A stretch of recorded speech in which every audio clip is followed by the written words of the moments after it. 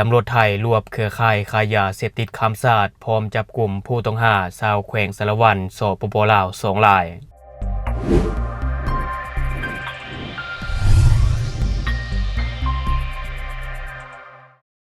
สบายดีท่านผู้ชมยินดีต้อนรับเข้าสู่รายการโชคเดอะนิวและข่าวที่ข้าพเจ้าอยากจะนำเสนอในมื้อนี้ก็คือตำรวจไทยได้รวบเครือข่ายค้ายาเสพติดข้ามชาติสามารถจับกลุ่มผู้ต้องหาชาวแขวงสารวัตรสปป.ลาว2รายในนั้นมีของกลางเป็นยาบ้าจำนวน 820,000 เม็ด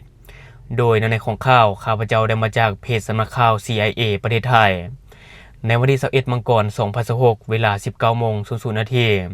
สืบเนื่องมาจากการสืบสวนติดตามกลุ่มเครือข่ายค้ายาเสพติดข้ามชาติในพื้นที่จังหวัดมุกดาหารและเขตโตแดนจังหวัดใกล้เคียงชุดปฏิบัติการด้านการข่าวได้ติดตามและทำการสืบสวนกลุ่มเครือข่ายค้ายาเสพติดข้ามชาติและขยายผลอย่างต่อเนื่องจนทราบว่ากลุ่มขบวนการลำเลียงยาเสพติดจะมีการลำเลียงยาเสพติดเข้ามาฝั่งไทยบริเวณพื้นที่อำเภอดอนตาลจังหวัดมุกดาหารในคืนวันที่19มังกร2016ชุดปฏิบัติการด้านการข่าวของไทยจึงได้รายงานให้ผู้บังคับบัญชาทราบจนฮอดเวลา 21:30 นของวันที่19มังกร2016ชุดสืบสวนได้ทราบข่าวว่าขบวนการดังกล่าวอาจจะรู้ว่ามีเจ้าหน้าที่เข้าเฝ้าจุดระวังในพื้นที่จึงได้ยกย้ายจุดลำเลียงยาเสพติดเป็นพื้นที่บ้านปากกะหล่างตำบลสองคอนอำเภอโพชัยจังหวัดอุบลราชธานีชุดปฏิบัติการด้านการข่าวจึงได้ประสานร่วมกับชุดปฏิบัติการด้านการข่าวห้อยตำรวจชายแดน227และหน่วยงานข้างเคียงในพื้นที่เพื่อร่วมบูรณาการวางแผนเข้ากวดสอบและวางกำลังเข้าซุ่มอยู่จุดดังกล่าวเมื่อฮอดเวลา 00:30 นของวันที่20มังกร2016เจ้าหน้าที่พบขบวนการลำเลียงยาเสพติดอย่างแบกสิ่งของต้องสงสัยลักษณะย่างเป็นขบวนบริเวณใกล้พื้นที่ที่เจ้าหน้าที่ซุ่มอยู่เจ้าหน้าที่จึงได้แสดงตัวเข้ากวดสอบแต่ว่ากลุ่มบุคคลดังกล่าวได้ทิ่มสิ่งของที่ตนแบกอยู่แล้วได้แล่นหลบหนีไปเจ้าหน้าที่จึงได้ติดตามและสามารถควบคุมตัวผู้ต้องสงสัยได้2คนส่วนผู้ต้องสงสัยหลายอื่นอาศัยความมืดและความชำนาญพื้นที่หลบหนีไปได้จากการตรวจสอบพบว่าเป็นชาวแขวงสารวัตรของสปป.ลาวและพบยาเสพติดประเภทยาบ้าจำนวน4กระสอบรวมทั้งหมด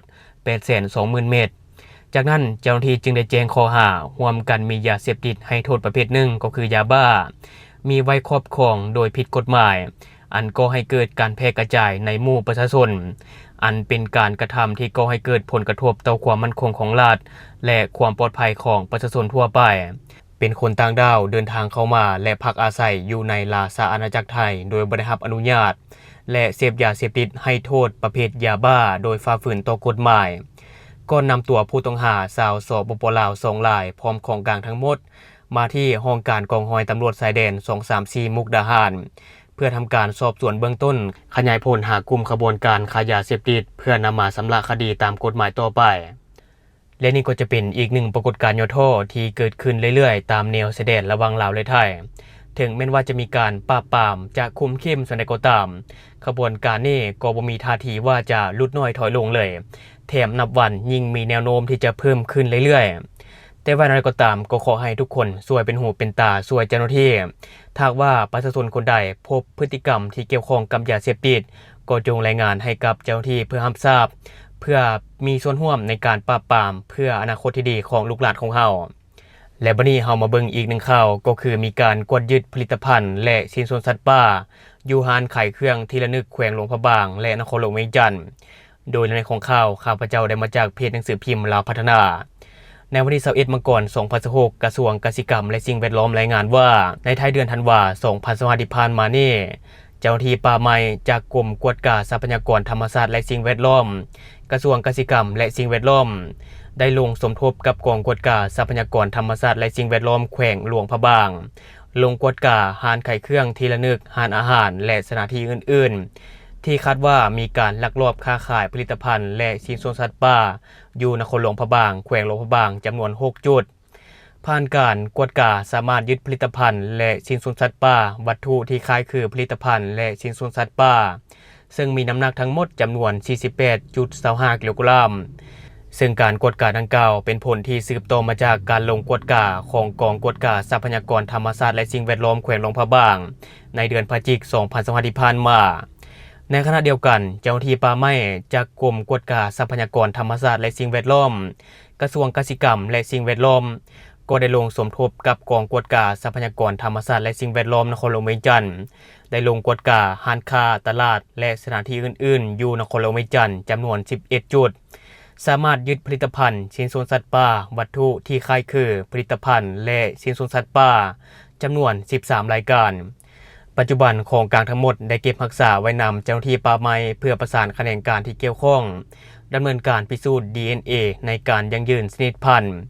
สำหรับการดำเนินคดีนั้นเจ้าหน้าที่กำลังดำเนินการสืบสวนสอบสวนรวบรวมหลักฐานซึ่งการลักลอบค้าขายสัตว์ป่าทุกมื้อนี้เฮาสามารถเห็นได้ทั่วไปท่านผู้ชมบ่ว่าจะในสถานที่ต่างๆและในสื่อออนไลน์ก็มีหลายเช่นกันซึ่งในปัจจุบันนี้ถือว่ามีการประกาศขายแบบโจงแจ้งและให้ที่อยู่พร้อมเบอร์โทรสามารถติดต่อได้เลยเนาะท่านผู้ชมแต่บ่ฮู้ว่าเจ้าหน้าที่ที่เกี่ยวข้องบ่เห็นหรือว่าเมินเฉยเพราะว่าคนทั่วไปในสังคมนี่เขาเห็นหมดเนาะและถ้าหากว่าเฮาบ่จริงจังในการปราบปรามแท้ๆมื้อหนึงอีกบ่นานสัตว์หลายชนิดจะสูญพันธุ์จากเราก็เป็นไปได้ซึ่งว่าในทุกมื้อนี้การคุกคามสัตว์ป่ามันมีหลายรูปแบบมันบ่แม่นแต่การล่าสัตว์ป่าเท่านั้นเฮาจะมองถึงการขยายที่อยู่อาศัยและการเกษตรของคนซึ่งส่งผลกระทบต่อที่อยู่สัตว์ป่าหลายสมควรและก็ยังมองถึงการปล่อยสัมปทานการบุกเบิกป่าและการขุดค้นแร่ธาตุก็ทำลายพื้นที่อาศัยของสัตว์ป่าเช่นกันนอกจากนั้นยังบ่เว้าถึงการสร้างเขื่อน100กว่าแห่งอยู่ในลาว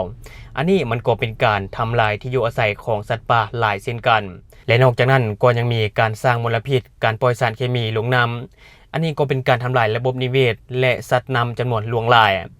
ถ้าว่าเฮาเบิ่งจากสภาพตัวจริงแล้วเนาะการปกป้องสัตว์ป่าแบบจริงจังยังเป็นไปได้ยากหลายในทางปฏิบัติสำหรับสปลาวเฮาเด้เนาะข้าพเจ้าก็เชื่อว่าหลายคนก็น่าจะเห็นกันอยู่สำหรับการค้าขายสัตว์ป่าอยู่ในลาวในปัจจุบัน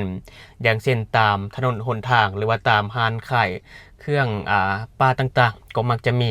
สัตว์ป่าห่วงห้ามมาขายอยู่ในแต่ละมื้อเนาะบ่เชื่อลองไปเบิ่งอยู่เขตนอกนิดนึงนี่แห่งมีหลายท่านผู้ชมและนี่ก็จะเป็นอีกหนึ่งข่าวที่ข้าพเจ้าเก็บมาฝากท่านผู้ชมในมื้อนี้สำหรับท่านผู้ชมคนใดที่เบิ่งคลิปข้าพเจ้าอยู่ยังบ่ได้กดติดตามช่องยังบ่ได้กดกระดิ่งแจ้งเตือนก็อย่าลืมไปกดเพื่อเป็นกำลังใจให้ข้าพเจ้าได้ผลิตคลิปดีๆแบบนี้ออกมาเรื่อยๆหรือว่าท่านผู้ชมคนใดอยากตำหนิติเตียนก็อย่าลืมฝากไว้ภายใต้คอมเมนต์ของเฮาแล้วเฮาจะเข้าไปอ่านและก็ตอบแลกเปลี่ยนประสบการณ์นํกันอย่าลืมสนับสนุนกันด้วยการกดติดตามช่องขอขอบใจ